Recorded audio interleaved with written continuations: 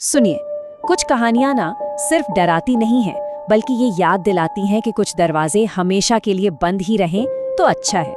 ये एक ऐसी ही रात की सच्ची कहानी है जिसे कोई कभी भुला नहीं पाया। और ये कहानी ये किसी किताब की नहीं है, ये मेरे दोस्त रघु की आप बीती है। और यही बात इसे सबसे ज्यादा डरावना बनाती है कि ये सच है।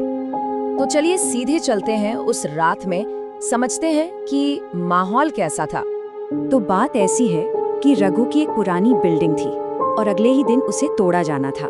वो तो बस अपनी कुछ पुरानी यादों को एक आखिरी बार महसूस करने वहां गया था, पर उसे क्या पता था कि उस रात कुछ और भी उसका इंतजार कर रहा था।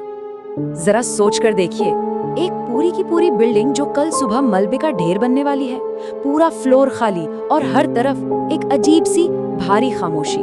जानते हैं, ऐसी खामोशी जो किसी भी शोर से ज्यादा डरावनी होती है।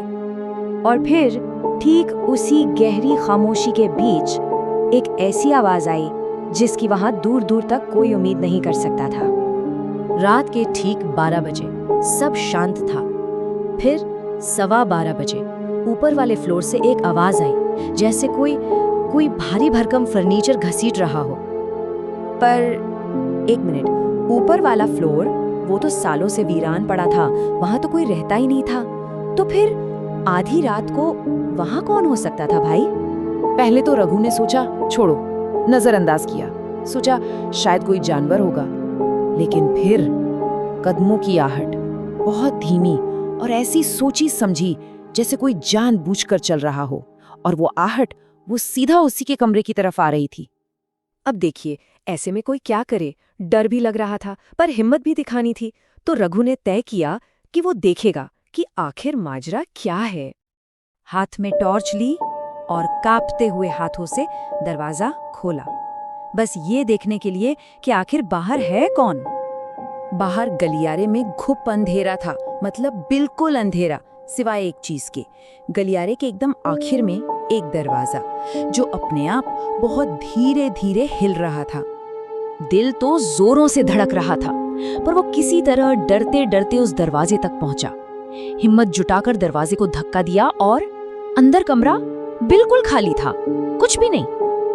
कमरा तो खाली था, पर कुछ तो था जो बहुत अजीब था। फिर उसकी टॉर्च की रोशनी दीवारों पर पड़ी और जो उसने देखा, पूरी दीवारें गहरी खरोचों से भरी हुई थी। ऐसे निशान मानो किसी ने बाहर निकलने के लिए अपनी पूरी जान लगा दी हो। और ठीक उसी पल जब रघु को लगा कि शायद वो अकेला है, ये सब बस उसका वहम है, तभी उसे उस रात के सबसे बड़े खौफ का सामना करना पड़ा। उसे अपनी गर्दन के ठीक पीछे किसी की ठंडी सांस महसूस हुई और फिर कानों में एक ऐसी फुसफुसाहट गूंजी, यहाँ कोई नहीं रहता तो फिर आए क्यों? बस इसके बाद तो सोचने का कोई सवाल ही नहीं था। वो भागा, जान बचाकर भागा, सीढ़ियों से नीचे की तरफ भागा और तभी एक बर्फीले ठंडे हाथ ने उसका कंधा कसकर पकड़ लिया। उसका बैलेंस बिगड़ा और वो लुढ़कता हुआ सीधा सीढ़ियों के नीचे जा गिरा। सांसें फूल चुकी थीं, पर उसने किसी तरह हिम्मत करके पीछे मुड़कर देखा और वहां कोई नहीं था, बिल्कुल कोई नहीं। सिर्फ एक चीज थी, सीढ़ियों के ऊपर वही दरवाजा जो बहुत धीरे धीरे अपने आप बंद हो रहा था। पर कहानी यहाँ खत्म नहीं हुई। असली और खौफनाक सच तो अगले दिन सामने आया। तो अगली सुबह जैसा तय था, उस बिल्डिंग को गिरा दिया गया और सबको लगा कि उस मलबे के नीचे वो रात का किस्सा भी दफन हो जाएगा। पर ऐसा हुआ नहीं, क्योंकि जब मलबा हटाया जा रहा था तो उसी ऊपर वाले कमरे से, हाँ वही कमरा जहां दीवारों पर खरोचें थीं, वहां से मजदूरों को पुरानी इंसानी हड्डियां मिली।